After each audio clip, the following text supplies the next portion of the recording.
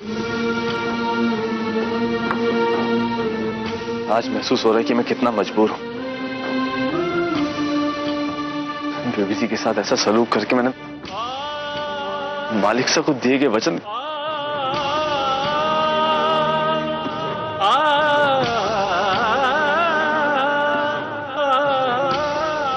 कैसे माफी मांगू बेबी जी से मैं? कैसे? रघु!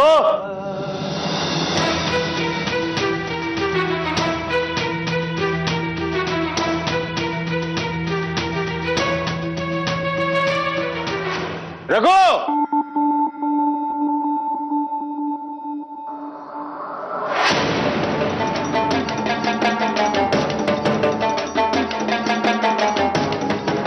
अरे नीचे आ जा।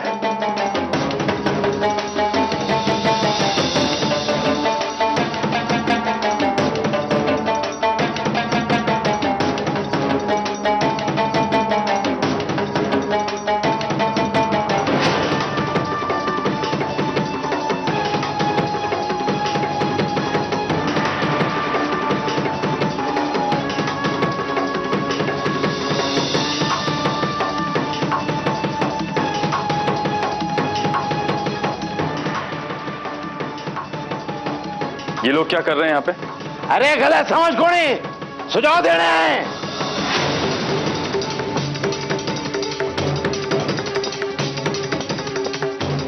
ये लोग भी वही चाहे जो हम चाहे, समझौता।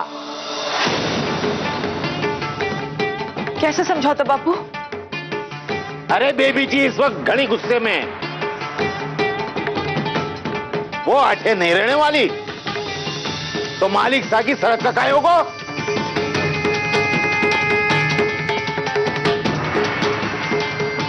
इसलिए हम सब मिलकर एक निष्कर्ष पर पहुंचे।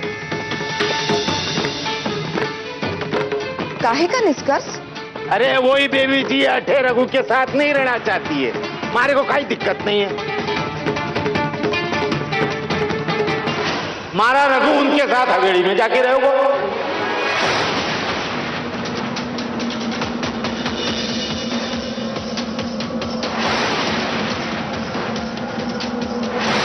अरे ये लोग रघु को साथ में ले जाने के बाद में आए।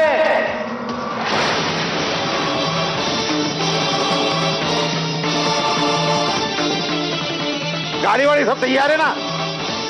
बेड़ा बेटी बेटे का इंतजाम कर।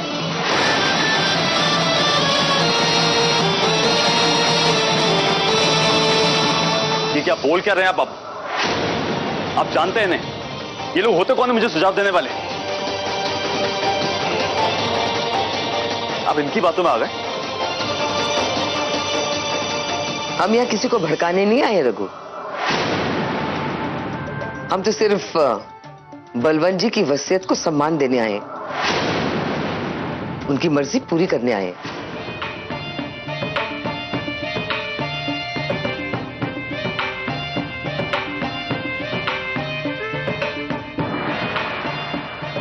और ये तभी हो सकेगा जब शिवानी और तुम इकट्ठे रहोगे।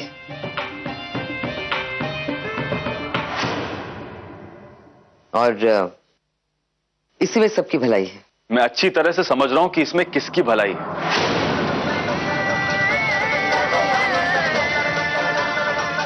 क्या सही और क्या गलत ये सब आप मुझे मत समझाइए। आप लोगों को किसी चीज की फिक्र है तो वो है मालिक साहब की प्रॉपर्टी और उनके पैसे।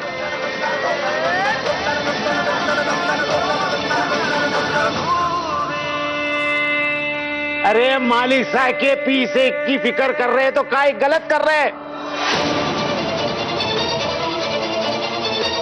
तुम दोनों एक साथ नहीं रहेंगे तो सारी प्रॉपर्टी तक को चले जाएगी।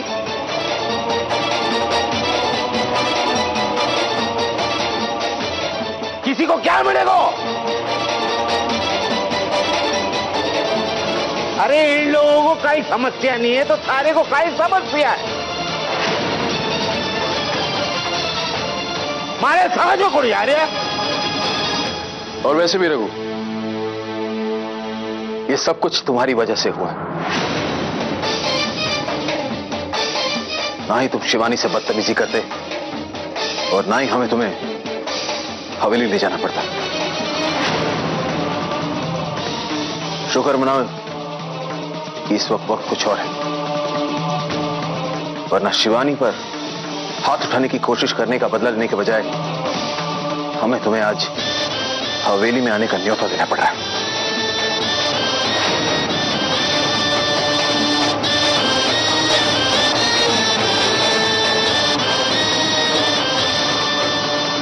हाँ रघु, हम सबकी प्रॉब्लम का यही एक सलूशन है। तो प्लीज मना मत करो और मान जाओ और चलो हमारे साथ। आप लोग कितना गिर सकते हैं पैसे और प्रॉपर्टी के लिए?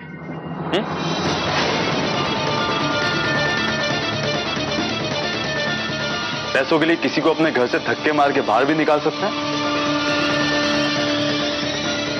और किसी के सामने गिड़गिड़ा के उसे घर पे आने का न्योता भी दे सकते हैं। और कितना गिरेंगे मालिक साहब की प्रॉपर्टी के लिए आप लोग? हाँ? जबान संभाल के बात करो रघु। हमें कोई शौक नहीं है तुम्हें हवेली लेके जाने का। तुम्हारे बाबूजी ने फोन किया था,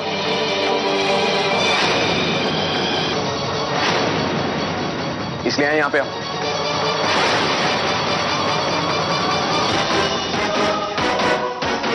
दिक्कत है, मैंने जो भी किया है सबकी भलाई के लिए किया रखो। बस बापू, आप सब लोगों के लालच के लिए मैं हवेली में जाके नहीं रहूंगा और मेरा यह फैसला बदलने वाला नहीं है।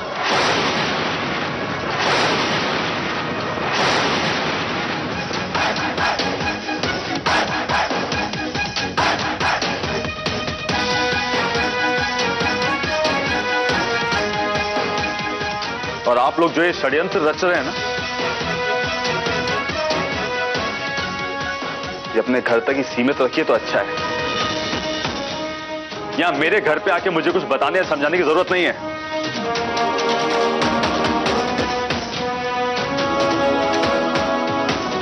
अब अगर आप में थोड़ी सी भी शर्म रह गई है तो प्लीज यहां से जाइए।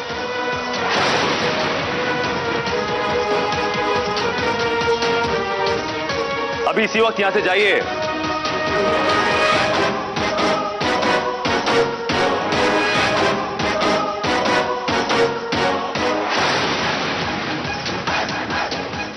चलो बेटा।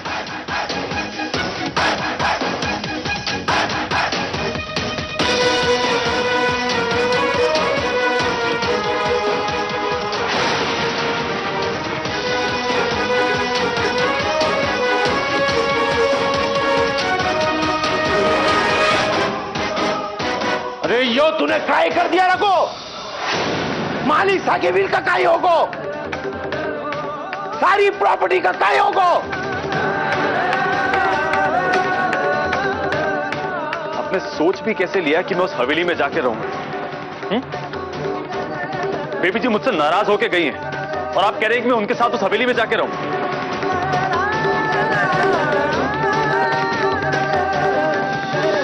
आप चाहे कुछ भी कर लीजिए, मैं उस हवेली में नहीं जाने वाला, नहीं जाऊंगा मैं। अरे पता नहीं तारे भेजे में काय भर गयो है। अरे वो लोग तो अभी तक चढ़े भी गए होंगे। जसवंत जी, जसवंत जी,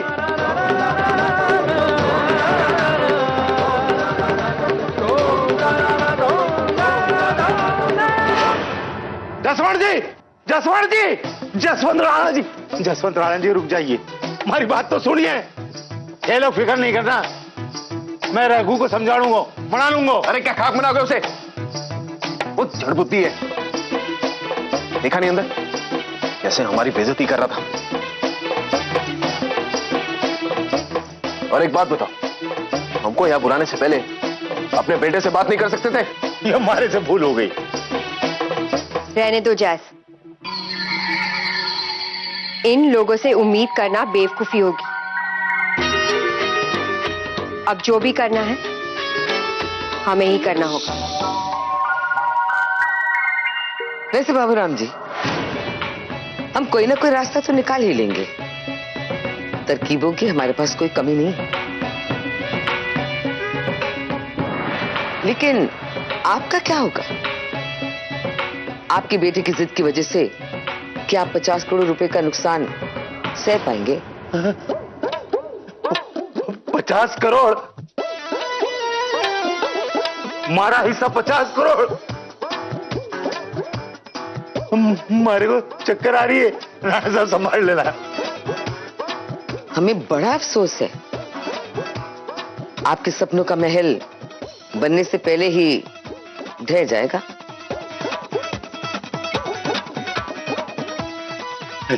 जमाई राजा, आपको फिक्र करने की कोई जरूरत नहीं है। फिक्र तो इन्हें करनी चाहिए। चलते हैं। नमस्ते।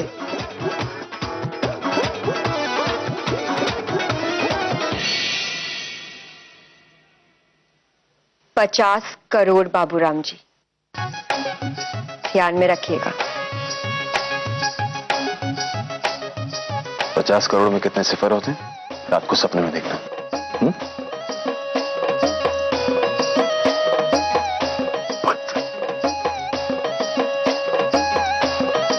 रखो, आज थारा सर फूटेगा या मारा सर फूटेगा। मालिक साहब ने मेरे नाम प्रॉपर्टी इसलिए नहीं की है कि मैं उसे अपनी जायदाद समझने लगूं। और एक बात, उन्होंने मुझे प्रॉपर्टी और पैसे इस्तेमाल करने के लिए नहीं, हिफाजत करने के लिए दिए।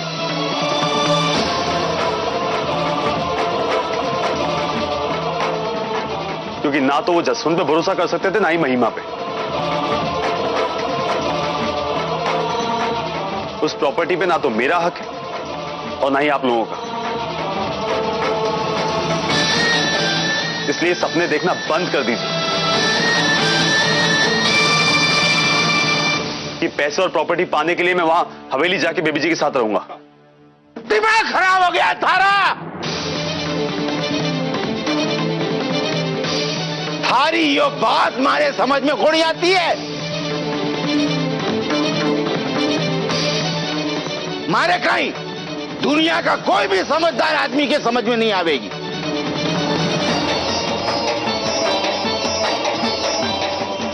आखिर तू चाहे कहीं है? हम जिंदगी पर पीछे पीछे के लिए मोहताज हुए।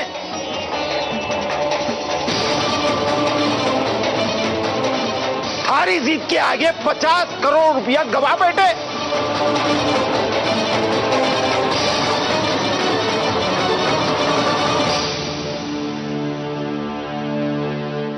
गवाही वो चीज जाती है बापू जो हमारी हो, वो नहीं जो हमारी कभी थी नहीं। अरे कैसे नहीं हुई वो प्रॉपर्टी हमारी?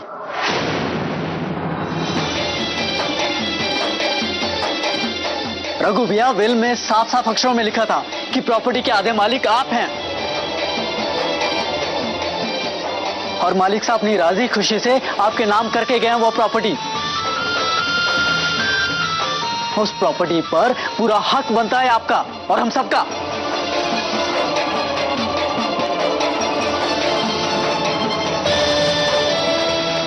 और भैया, अगर उस प्रॉपर्टी को बचाने के लिए आपको हवेली में जाकर रहना पड़ रहा है तो उसमें बुराई क्या है, बताइए? बिल्कुल करेक्टिंग बात बोल रहे हैं विवेक जी। और बेबी जी भी तो यहाँ इसलिए लिविंग करी थी ना, क्योंकि विल में ऐसी शर्त रखी गई थी। मिस्टेकिंग तो आपने की थी बेबी जी पे हैंड उठाकर। अब करेक्टिंग भी आपको ही करना पड़ेगा।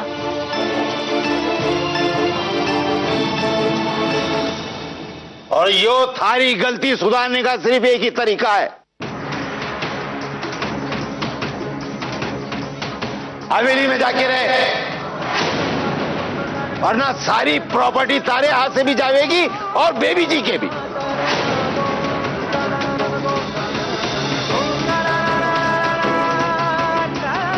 और ये समझ ले, बेबी जी जिंदगी भर थारे को माफ नहीं करेगी।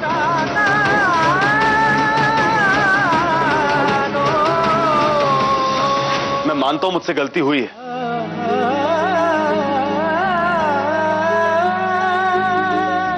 मुझे खुद बुरा लग रहा है कि मैंने बेबी जी पे हाथ उठाया, इसलिए माफी मांगने भी गया था मैं उनसे। मां,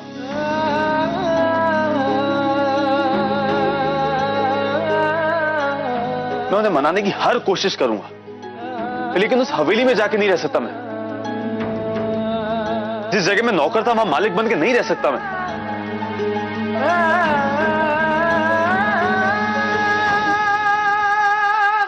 रघु भैया, मेरे ख्याल से तो आपको जाकर हवेली में। चुप कर विवेक, चुप कर। यूं कहे थे लोग उल्टा सुल्टा समझाने की कोशिश कर रहे हो रघु को। थे लोगों को तो बस मालिक सा के पीछे से लोभ है।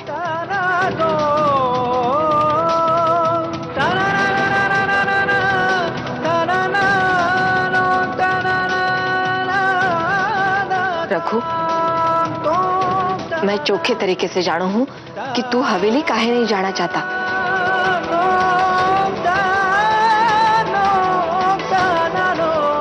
मगर बेटा, इस बार हवेली जाने का कारण पीसा कोनी बल्कि बेबी जी है। तू तो जाने है बेबी जी कितनी भोली है, और फिर बैठे बिल्कुल अकेले भी। वो महिमा और जसवंत की नियत कौन ना जाने है।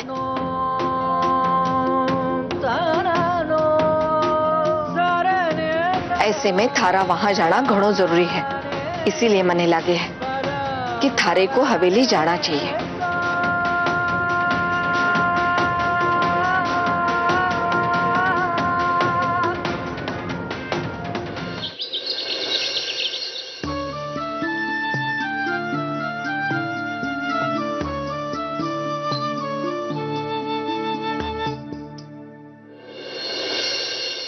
देवी जी, देखिए ये खून किसका है? खून?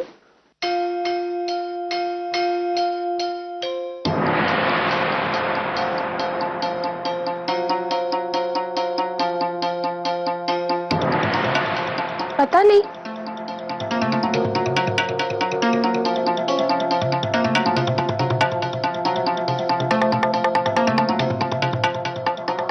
बेबी जी मेरी बात। दर्द हो रहा है तो फिर दर्द होने का सिर्फ एक ढोंग कर रहे हो।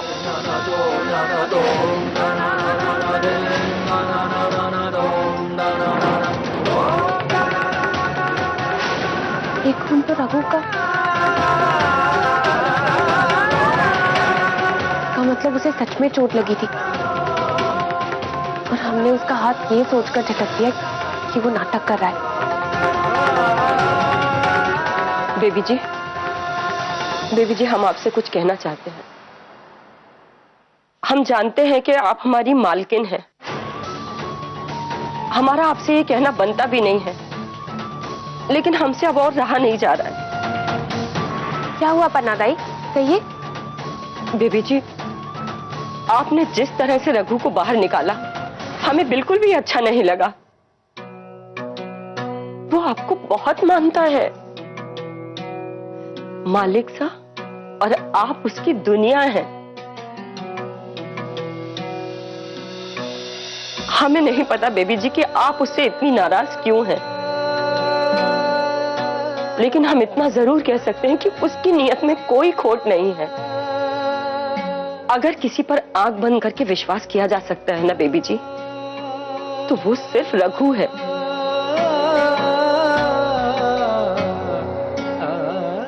हम जानते हैं बेबी जी, जब आप उसके घर से चली गई थी और आपका पता नहीं मिल रहा था, कितना परेशान था वो। दिन रात लगा दिया था उसने आपको ढूंढने में। बहुत फिक्र करता है आपकी। आपका ख्याल रखना, आपकी हिफाजत करना उसकी जिंदगी का सबसे बड़ा मकसद है। मालिक सा के लिए और आपके लिए वो अपनी जान भी दे सकता है। इसीलिए तो मालिक सा उस पर इतना विश्वास करते थे। वरना आप ही बताइए बेबी जी, आप ही बताइए कि इतनी बड़ी प्रॉपर्टी वो उसके नाम क्यों करते?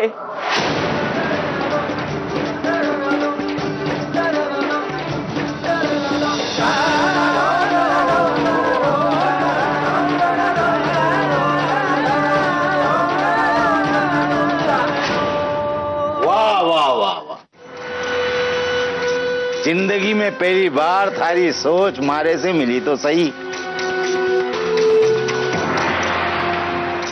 भले ही कारण गलत क्यों ना हो,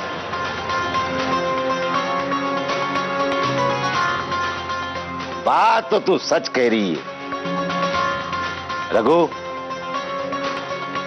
हम सबकी सिर्फ एक ही राय है, थारे को हवेली जानो पड़ेगो।